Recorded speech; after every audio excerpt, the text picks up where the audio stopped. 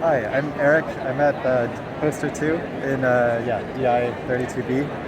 So I'm working on the thermal conductivity of iron sulfide at the conditions of the Martian core. So recently there was the InSight mission to Mars, and it showed that actually the core of Mars is quite different than we previously thought. So this is quite interesting in the context of the Martian dynamo, because from magnetic remanence of ancient Martian crust, we know that there was some magnetic field until about 4.1 to 3.6 billion years ago.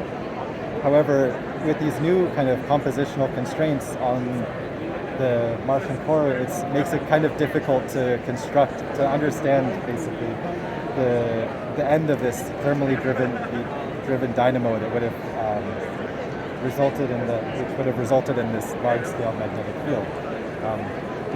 So for iron sulfur, for the thermal conductivity of iron sulfur spans like orders of magnitude, depending on different experiments and at quite different pressures from what we'd expect for the core. So I carried out experiments to do direct measurements of the thermal conductivity of iron sulfide at these conditions, and then try to better understand heat flow in the Martian material. We see that while iron sulfide has a much lower thermal conductivity than iron, it's much higher than previously thought. Right. And yeah, so it's much higher than previously thought.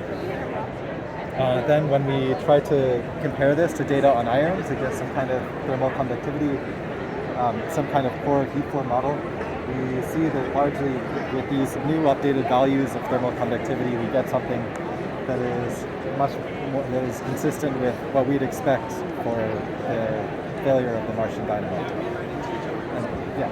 All right.